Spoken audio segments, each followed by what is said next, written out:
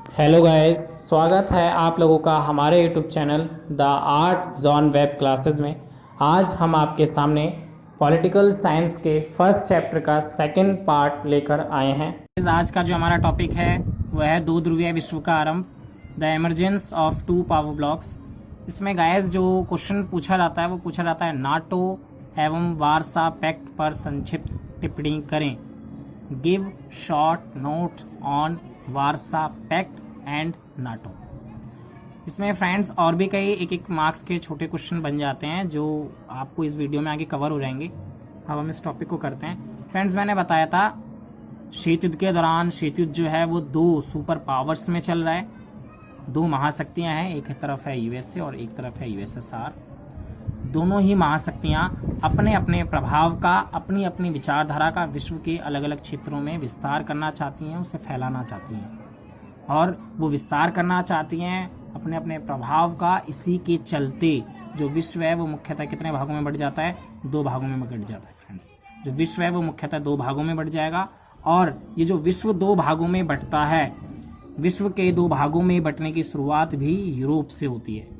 सबसे पहले यूरोप जो है वो दो भागों में बढ़ जाएगा, वेस्टर्न यूरोप और ईस्टर्न यूरोप। वेस्टर्न यूरोप यानी कि जो पश्चिमी यूरोप के अधिकतर देश हैं वो अमेरिका के साथ जाते हैं, इसीलिए इसे पश्चिमी गठबंधन भी कहते हैं। ध्यान में रखना फ्रेंड्स, जो मैंने बताया विश्व जो दो भागों में बटा है, जो टू डिफरेंट अलायंस में बटा है, इसकी स्टार्टिंग यूरोप से होती है। यूरोप डिवाइड हो जाता है दो गुटों में, दो अलायंस में, एक वेस्टर्न यूरोप और एक ईस्टर्न यूरोप। वेस्टर्न यूरोप यानी पश्चिमी यूरोप का संबंध अमेरिका से है, क्योंकि पश्चिमी यूरोप के अधिकतर देश अमेरिका की तरफ चले जाते हैं, जबकि जो ईस्टर्न यूरोप है, ईस्टर्न यूरोप के अधिकतर देश सोवियत संघ के साथ जाते हैं, इसलिए इसे पूर्वी गठबंधन भी कहते हैं। अब हम गाइस नाटो के बारे में पढ़ते हैं। जैसे आपने पढ़ा नाटो, मैंने बताया जो पश्चिमी गठबंधन है यानी जो पश्चिमी यूरोप के अधिकतर देश अमेरिका के साथ चले जाते हैं वो पश्चिमी गठबंधन कहलाता है। अमेरिका इसी पश्चिमी गठबंधन को एक संगठन, एक ऑर्गेनाइजेशन का रूप देता है, जिसकी स्थापना वो अप्रैल 1949 में करता है। गैस कृपया ध्यान से सुनिए, मैंने बताया जो पश्चिमी गठबंधन है अमेरिका के द्वारा, इस पश्चिमी गठबंधन को एक संगठन का रूप दे दिया जाता है, जिसकी स्थापना वो अप्रैल 1949 में करता है और इसी को नाम दिया जाता है NATO, North Atlantic Treaty Organisation, उत्तरी अटलांटिक संधि संगठन, जिसकी स्थापना अप्रैल 1949 में हुई। उस समय इसमें 12 कंट्रियां यानी 12 देश उस समय इसमें शामिल थे। नाटो के द्वारा उस समय जब इसकी स्थापना होती है तो दो बातें कही जाती हैं, ये दो बातें डिक्लेयर करता है। पहला, यदि उत्तरी अमेरिका और यूरोप इन देशों में से किसी इफ एनीवन किसी पर भी आक्रमण होता है तो सभी देश उसे अपने ऊपर आक्रमण मानेंगे। सबसे पहला जो इसने डिक्लेयर की बात, सबसे पहले यही की थी। साथ ही इसने जो अपनी दूसरी बात सामने रखी, जो दूसरी बात इसने डिक्लेयर की वो ये की कि नाटो में शामिल सभी देश हमेशा एक दूसरे की मदद करेंगे। गैस हमारा नाटो है। नाटो के बारे में मैंने बताया, अमेरिका के द्वारा जो पश्चिमी गठबंधन बनाया गया, उस पश्चिमी गठबंधन को अमेरिका ने अप्रैल 1949 में एक संगठन का रूप दिया, जिसको उसने नाम दिया NATO, North Atlantic Treaty Organisation, उत्तरी अटलांटिक संधि संगठन, जिसकी स्थापना अप्रैल 1949। इस समय इसमें 12 देश शामिल थे। इनके दो प्रमुख उद्देश्य हैं, इन्होंने दो बातें डिक्लेयर की, दो एम्स हैं। पहला, अगर उत्तरी अमेरिका और यूरोप के इन देशों में से किसी एक पर भी आक्रमण होता है तो सभी देश अपने ऊपर आक्रमण मानेंगे। दूसरा, नाटो में शामिल सभी देश एक दूसरे की मदद करेगा। अब हम गैस बात करते हैं वारसा पैक्ट की। बिल्कुल पश्चिमी गठबंधन की तरह सोवियत संघ के द्वारा भी पूर्वी गठबंधन को एक ऑर्गेनाइजेशन, एक संगठन का रूप दे दिया जाता है 1955 में, जिसका नाम रखा जाता है वारसा पैक्ट। गाइस, मैंने बताया कि जिस तरीके से अमेरिका ने अपने पश्चिमी गठबंधन को एक संगठन का रूप दिया, बिल्कुल उसी तरह सोवियत संघ के द्वारा, यूएसएसआर के द्वारा भी अपने इस पूर्वी गठबंधन को, इस ईस्टर्न अलायंस को एक ऑर्गेनाइजेशन का रूप दे दिया जाता है, जिसका नाम रखा जाता है वारसा पैक्ट। इसकी स्थापना अप्रैल 1955 में हुई। इसका एक ही उद्देश्य है, एक ही एम है, नाटो में शामिल देशों का मुकाबला करना, उनके साथ कॉम्पिटिट करना, उनसे आगे निकलना। ये फ्रेंड्स 2 हमारे नाटो और वार्सा पैक्ट हैं जिन पर अक्सर शॉर्ट नोट्स आता है, संक्षिप्त टिप्पणी पूछी जाती है।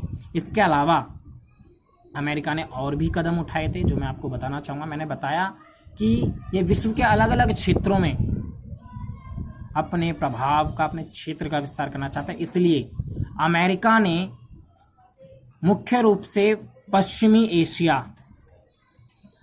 और साथ ही साथ दक्षिण पूर्वी एशिया, इन क्षेत्रों में अपने प्रभाव के विस्तार के लिए, यहाँ के देशों को अपने अलायंस में शामिल करने के लिए उसने 2 संधियां की। पहली सीटो यानी कि दक्षिण पूर्वी एशियाई संधि संगठन, South East Asian Treaty Organisation, जो कि उसने 1954 में की थी, और दूसरी उसने की सेंटो यानी सेंट्रल ट्रीटी ऑर्गेनाइजेशन, केंद्रीय संधि संगठन, जो उसके द्वारा 1955 में की जाती है। गाइस एक बार मैं फिर बताना चाहूँगा, अमेरिका के द्वारा पश्चिमी एशिया, दक्षिण पूर्वी एशिया के क्षेत्रों में अपने प्रभाव का विस्तार करने के लिए, अपन वहाँ के देशों को अपने गुट में शामिल करने के लिए 2 संधियां की जाती हैं। एक 1954 में सीटो यानी दक्षिण पूर्वी एशियाई संधि संगठन, it means South East Asian Treaty Organisation. दूसरा सेंटो केंद्रीय संधि संगठन 1955 सेंट्रल ट्रीटी ऑर्गेनाइजेशन। ये दोनों ही संधियां अमेरिका के द्वारा की जाती हैं। अब अमेरिका ने क्या, अभी तक अमेरिका ने नाटो किया यूरोप के अंदर, पश्चिम एशिया दक्षिण पूर्वी एशिया के लिए उसने सीटो सेंटो, अमेरिका ने अभी वार्सा पैक्ट किया है।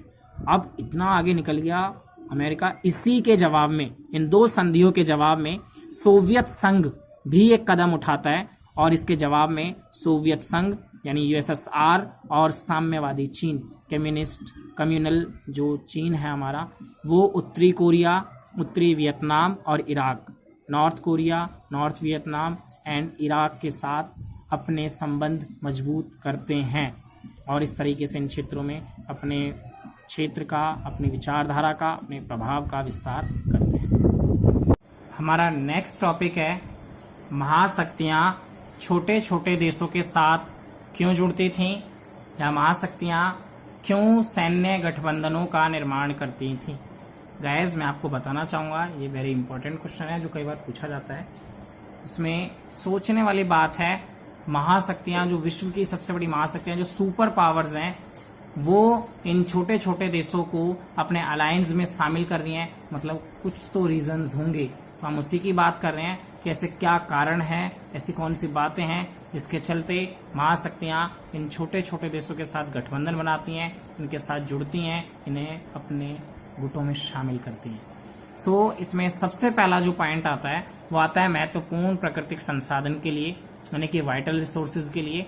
इन छोटे छोटे देशों में लोहा, तेल, खनिज यानी कि ऑयल, मिनरल्स एंड आयरन, ये महत्वपूर्ण प्राकृतिक संसाधन मौजूद हैं, और महाशक्तियां एक दूसरे से आगे निकलने के लिए इन्हें प्राप्त करना चाहती हैं, इसलिए वो इन छोटे छोटे देशों के साथ जुड़ती हैं। ये गाइस हमारा पहला पॉइंट था जो मैंने आपको बताया, महत्वपूर्ण प्राकृतिक संसाधनों की। दूसरा, महाशक्तियां जो हैं वो इन देशों के अंदर टेरिटरी यानी कि भूक्षेत्र हासिल करना चाहते हैं, जहां से वो अपनी सेना और अपने हथियारों का संचालन कर सकें। ये टेरिटरी इसलिए हासिल करना चाहते हैं ताकि वो वहां से अपने ट्रूप्स को, अपने वेपन्स को लॉन्च कर सकें बेसिकली। और नेक्स्ट जो हमारा है वो है लोकेशंस यानी कि सैनिक अड्डों के निर्माण के लिए। महाशक्तियां इन देशों के अंदर अपने सैनिक अड्डों का निर्माण करना चाहती हैं, लोकेशंस जाना चाहती हैं, जहां से वो एक दूसरे की जासूसी कर सकें, स्पाई ऑन ईच अदर, ताकि वो एक दूसरे से आगे निकल सकें, क्योंकि एक दूसरे से आगे निकलने के लिए एक दूसरे की जासूसी करना जरूरी है। तो एक अगला ये एक महत्वपूर्ण कारण था जिससे महाशक्तियों ने छोटे छोटे देशों में संबंध कायम किए, उनके साथ जुड़े। नेक्स्ट जो हमारा आता है वह आर्थिक मदद के लिए यानी इकोनॉमिकल सपोर्ट के लिए। हालांकि जो महाशक्तियां हैं, जो सुपर पावर्स हैं, वो काफ़ी विकसित हैं, उस समय उनके पास काफ़ी बड़ी अर्थव्यवस्था है, बट फिर भी विपरीत परिस्थितियों में यही छोटे छोटे देश कई बार महाशक्तियों के सैन्य खर्च में मददगार साबित होते थे या मददगार साबित हो सकते थे। इसलिए महाशक्तियाँ इनके साथ अपने संबंध कायम करते थे, इनके साथ जुड़ती थी। लास्ट पॉइंट्स हमारा जो है वह फ्रेंड्स विचारधारा के प्रचार के लिए, क्योंकि ऑब्वियसली जब महाशक्तियाँ इन छोटे छोटे देशों के साथ जुड़ेंगी, इनके साथ इनको अपने गठबंधन में शामिल करेंगी, तो वो इन क्षेत्रों में अपनी विचारधारा का प्रचार प्रसार कर सकती हैं। इसी के साथ ये वो रीजंस हैं जिसके कारण महाशक्तियाँ शीत युद्ध के दौरान सैन्य गठबंधनों का निर्माण करती थीं, इन छोटे छोटे देशों के साथ जुड़ा करती थी। एक बार दोबारा बताना चाहूँगा, सबसे पहला वाइटल रिसोर्सेज यानी कि महत्वपूर्ण प्राकृतिक संसाधनों के लिए। सेकंड, टेरिटरी हासिल करने के लिए, गेट देयर टेरिटरी यानी वहाँ पर भू क्षेत्र हासिल करने के लिए जहाँ से वो लॉन्च कर सकें अब अपने ट्रूप्स को, अपने वेपन्स को, यानी सेना और हथियारों का संचालन कर सकें। सैनिक अड्डों के निर्माण के लिए, आर्थिक मदद के लिए और विचारधारा के प्रचार प्रसार के लिए। इसलिए गाइस फ्रेंड, इसमें तो हमने ये बात की कि महाशक्तियाँ क्यों जुड़ रही हैं देशों के साथ, छोटे देशों के साथ। लेकिन एक क्वेश्चन छोटे में कई बार ये भी पूछ लिया जाता है कि छोटे देश महाशक्तियों के गुट में क्यों जाते हैं। तो फ्रेंड्स, छोटे छोटे जो देश हैं, जो कंट्रियां हैं, वो भी अपने निजी हित, अपने पर्सनल पर्पस से इन महाशक्तियों के साथ जाते हैं। उन्हें क्या फ़ायदे हैं वो मैं बता देता हूँ।